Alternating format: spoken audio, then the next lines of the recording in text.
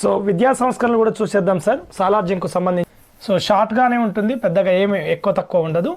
So విద్యా సంస్కరణలు అన్నప్పుడు జనరల్గా సాలార్జంగ్ హైదరాబాద్ సంస్థానానికి దివానీ అయిన తర్వాత అప్పటి వరకు సాలార్జంగ్ కంటే ముందు ఈ సంస్థానంలో ఒకవేళ విద్యకు సంబంధించి చదివితే ఉన్నటువంటి లాంగ్వేజెస్ ఒకటి పర్షియా భాష ఉండేది, పర్షియా లాంగ్వేజ్, అదేవిధంగా అరబిక్ లాంగ్వేజ్ ఉండేది, అదేవిధంగా ఇంకొకటి Persia, Arabic, Urdu. So Urdu language ఉండేది. సో ఈయన ఎప్పుడైతే మన దివానిగా సాలార్జంగ్ వచ్చిన తర్వాత ఈ సంస్థానంలో ఇంగ్లీష్ భాషని ప్రవేశపెట్టిండు, ఇంగ్లీష్ భాషని. సో ఈ భాషని ప్రవేశపెట్టడం కోసం తాను దారుల్ ఉలూమ్ అనే ఒక ఆంగ్లో ఓరియంటేషన్ కళాశాలను స్థాపించిండు.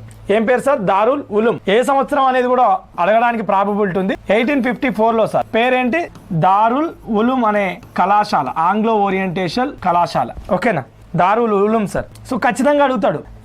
1855 సార్. ఇది 1855లో సాలార్జంగ్ స్థాపించిన దారుల్ ఉలూమ్ ఒక ఏ ఎగ్జిక్యూటివ్ కౌన్సిల్, బి రాజ్యాంగ సంస్కరణల కమిషన్, సి అది ఒక రెవెన్యూ బోర్డు, డి అది ఒక సుబాలను విభజించే పద్ధతి.